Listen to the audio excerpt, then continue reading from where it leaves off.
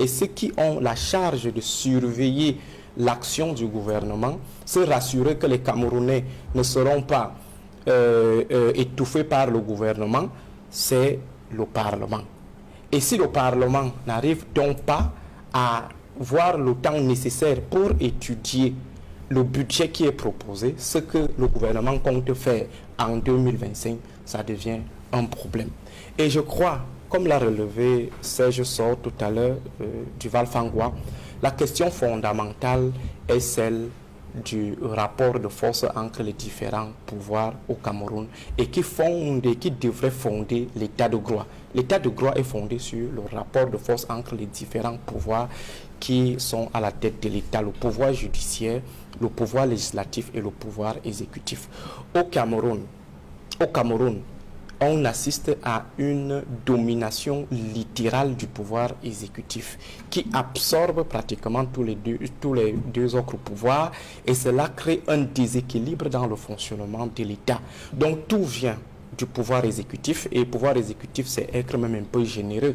Tout vient de la présidence de la République. Et vous pouvez donc comprendre pourquoi le Premier ministre lui-même ne maîtrise pas les délais, et il dit tout simplement en temps opportun, le moment venu, parce que quand ça va entrer dans la boîte noire de la présidence de la République, tout le monde va perdre le budget de vue et on sera obligé d'être suspendu à ce qu'ils appellent généralement le pouvoir discrétionnaire. Or, dans le cas d'espèce, il ne s'agit pas d'un pouvoir discrétionnaire, il s'agit du respect de la loi. La loi dit 15 jours avant l'ouverture de la session. Et ce qui est étonnant, c'est que nos députés, qui doivent d'abord défendre le respect de la loi, qu'ils soient obèses, qu'ils soient de l'opposition, ils doivent, dans le cadre du rapport de force face au pouvoir exécutif, de s'imposer ou alors d'imposer leur respect. Qu'on respecte les députés camerounais, ils ne vont pas quand même se faire infantiliser sous prétexte qu'ils appartiennent à la majorité ou alors ils sont du RDPC. Du moment où vous êtes déjà député, vous êtes dans une situation de rapport de force ou de concurrence avec le pouvoir exécutif. Alors comment se fait-il que jusqu'à ce jour, on n'entend pas les députés du Rassemblement démocratique du peuple camerounais qui représentent non pas le RDPC mais le peuple camerounais et qui ont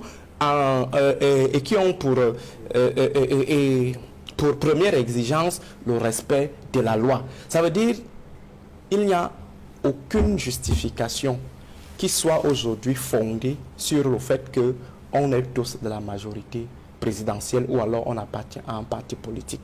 Du moment où vous êtes déjà à l'Assemblée nationale, vous représentez la nation camerounaise tout entière et vous défendez les intérêts de la nation camerounaise. Alors comment se fait-il qu'il y a une disposition légale qui indique que le mandat impératif est nul? Est nul. Alors comment se fait-il aujourd'hui que nos députés soient totalement muets? D'abord, sur la violation flagrante de la directive de la CEMAC et de la loi portant régime financier de l'État. Comment se fait-il que ces députés soient totalement calmes face à une situation qui sera forcément préjudiciable au travail parlementaire? Parce que lorsqu'on dit 15 jours avant l'ouverture, ce n'est pas, comme je le disais tout à l'heure, ce n'est pas de manière hasardeuse. C'est parce qu'on se dit que c'est le temps nécessaire pour pouvoir éplucher toutes les dispositions de cette loi de finances. Maintenant, si on a déjà consommé, on a commencé le 12, nous sommes au 24, on a déjà consommé 12 jours. Si vous ajoutez à ces 12 jours, les 15 jours qui devaient revenir à l'étude préalable avant l'ouverture de la session, nous sommes déjà pratiquement à plus de 25 jours. Alors, comment est-ce qu'on va rattraper le gap? Comment est-ce qu'on va rattraper? Ça signifie tout simplement qu'on a affaire à une chambre qui ne comprend pas en fait son rôle. Nos députés ne comprennent pas réellement leur rôle. Nos sénateurs ne comprennent pas leur rôle. Ils se disent tout simplement qu'ils sont là pour obéir à la discipline du parti. Du moment où vous êtes déjà à l'Assemblée nationale, il n'y a plus de discipline du parti. La seule chose qui vaille à ce moment précis, c'est le bien-être des Camerounais et le respect des lois. Avec la dernière sortie du maire de Ngou, il faut dire que l'État du Cameroun, si vous voulez, le régime de Yaoundé, d'une manière ou d'une autre, se retrouve publiquement sans caleçon. Pardon? J'ai dit le régime de Yaoundé se retrouve publiquement sans caleçon.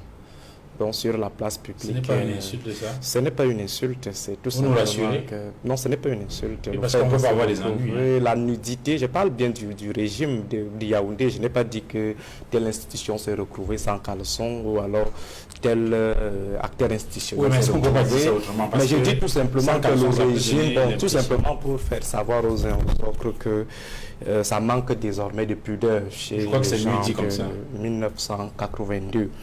Il est clair que lorsqu'on essaye de parcourir les différentes réactions, ça manque d'élégance, ça manque de méthode chez M.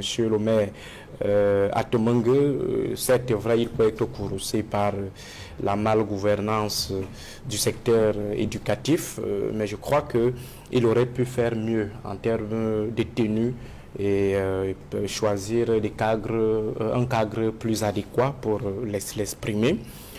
Il y a également le fait que le préfet qui a répondu à M. Atemengue s'est lancé dans une posture de réponse d'une femme à sa coépouse. Ça veut dire qu'elle n'a pas utilisé les termes qui reviennent, en tout cas que doivent utiliser des personnalités de son rang. Vous allez voir qu'elle revient même sur des débats subalternes. Le port de l'écharpe, elle parle de violente diatribe, elle parle de surenchère verbale, une insinuation gros texte. On a l'impression qu'elle a acheté le problème du ministère. Pourtant, elle n'était pas assez concernée.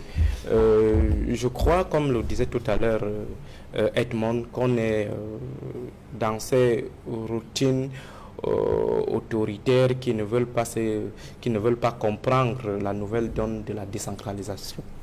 Autant pour moi, qui voudrait qu'il y ait une certaine autonomie dans la gestion des collectivités territoriales. Madame le préfet s'est laissée emporter par le jacobinisme de l'UNC, le jacobinisme du RDPC. Elle a oublié qu'elle n'est pas, comme le disait Edmond toujours, qu'elle n'est pas la hiérarchie de M. le maire. Ce qu'il faut lire dans l'affaire, c'est tout simplement le système qui ne veut pas entendre que la solidité qu'il a toujours travaillé est en train de s'effriter. Le système est en train de s'effriter. Chacun joue son bateau. La sortie de M. Atemengue est une sortie assez calculée. Il reste d'abord un homme politique et l'occasion saisie, je crois, est une occasion d'exhibition politique parce qu'il s'agit, entre guillemets, des dons qui ont des intentions purement politiciennes et des objectifs purement politiciens. Alors, est-ce qu'il a décidé de gâter la fête du donateur ou alors du bloc du donateur? Est-ce qu'il a décidé de se désolidariser à la dernière minute et essayer de livrer ses camarades à la vindicte populaire, notamment ses camarades du RDPC, Madame la ministre, il faut le dire, reste membre influente du Rassemblement démocratique du peuple camerounais. Et de l'autre côté, les uns et les autres qui lui rappellent la loi de l'Omerta, qui doit travailler la mafia au pouvoir. On rappelle à M. Atemengue qu'il ne doit pas parler. On rappelle à M. Atemengue qu'il est mal placé pour parler. Et là, je suis également d'accord avec eux. Ce qu'il a dit, c'est pertinent, mais il est mal placé pour parler de cela. Parce que lorsqu'on appartient à un cartel, on doit assumer collectivement le bilan du cartel. M. Atemengue aujourd'hui veut fuir la baraque, veut fuir le bateau. Pourtant, pendant 42 ans, il a été d'accord avec la malgouvernance. Donc, je crois qu'on lui rappelle quelques règles de la mafia qu'il ne veut pas peut-être assimiler. Mais je crois que d'une manière ou d'une autre, du point de vue purement interne, sur le plan du fonctionnement interne du RDPC, l'approche de M. Atemengue est répréhensible, cette approche-là est condamnable. Mais du point de vue vraiment du fonctionnement de l'État, nous pensons que c'est ce qu'on attend en fait de nos élus locaux. Ça veut dire que cette histoire de discipline du parti ou de dictature du parti doit avoir des limites dès lors qu'il y a les intérêts des masses qui sont totalement en difficulté. Et dans le cas d'espèce, il s'agit des lycées, des établissements qui sont dans un état de délabrement avancé. Mais je retiens tout simplement, comme je l'ai dit tout à l'heure... Si je dois revenir sur un élément que vous avez souligné au moins 2 fois. Vous dites que vous êtes d'accord avec les sorties qui visent à, entre guillemets, museler.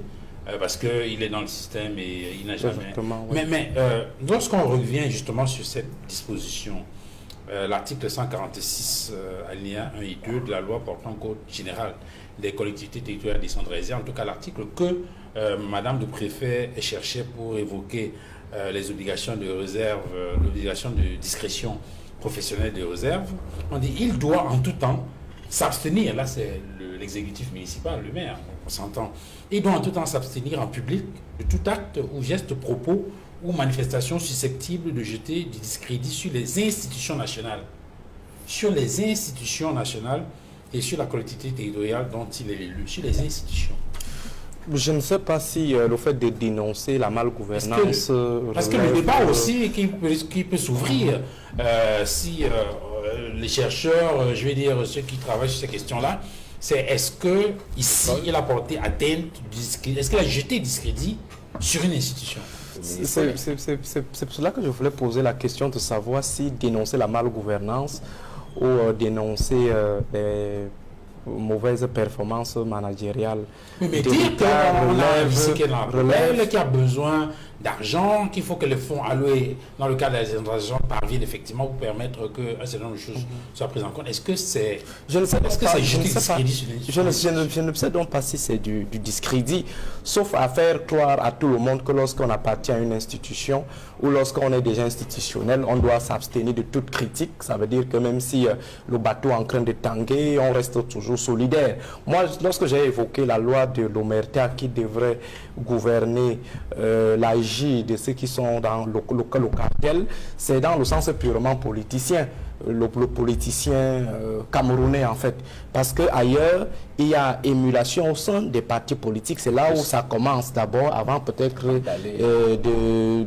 contaminer les autres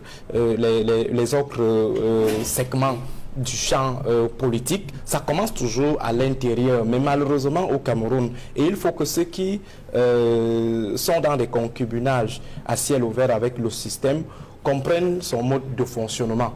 Avec le système de M. Biapol, dès que vous êtes déjà membre, vous appartenez au cartel, vous avez le droit de réserve. La preuve, ceux qui sont aujourd'hui en prison, je n'ai jamais compris pourquoi est-ce qu'ils ne nous font pas des révélations pour éclabousser le système ou éclabousser leurs camarades. Il y a certains qui sortent même de la prison après avoir été injustement mis en prison, comme le professeur Oyono. Ils sortent, ils assistent encore au meeting du RDPC. Donc là-bas, il y a d'autres logiques qui n'ont rien à voir avec le rationnel que nous avons appris dans des facultés de sciences politiques. Eux, ils ont leur mode de fonctionnement et je pense qu'ils sont assez avisés. Monsieur Atemung savait bel et bien qu'en souscrivant à l'offre du cartel de 82, c'est comme ça la tenue, c'est comme ça qu'on se comporte. Alors aujourd'hui, il ne va pas nous faire croire qu'il ne maîtrisait pas les routines internes, comment ça fonctionne à l'intérieur. Mais pour moi, comme je l'ai dit tout à l'heure, nous autres qui prenons le changement, sommes vraiment très preneurs de ce type de sortie. D'abord de un, ça nous permet, comme je le disais tout à l'heure aussi, que ça nous permet de voir le système dans sa nudité la plus extrême publiquement. Ça nous permet également de nous rassurer qu'à l'intérieur, il n'y a plus la sérénité qui a toujours été vendue, promue. Et cela fait également les affaires de ceux qui veulent le changement parce que ça montre qu'il n'y a plus le bloc compact qui a toujours été en avant pour mettre en difficulté toutes les offres alternatives. Aujourd'hui, on se rend compte qu'on n'a plus ce bloc compact et que désormais, il y a des interstices qui peuvent être facilement être capitalisés par les acteurs du changement. Donc, nous buvons tout simplement du petit lait en voyant les gars des 82. Permettez-moi juste un mot.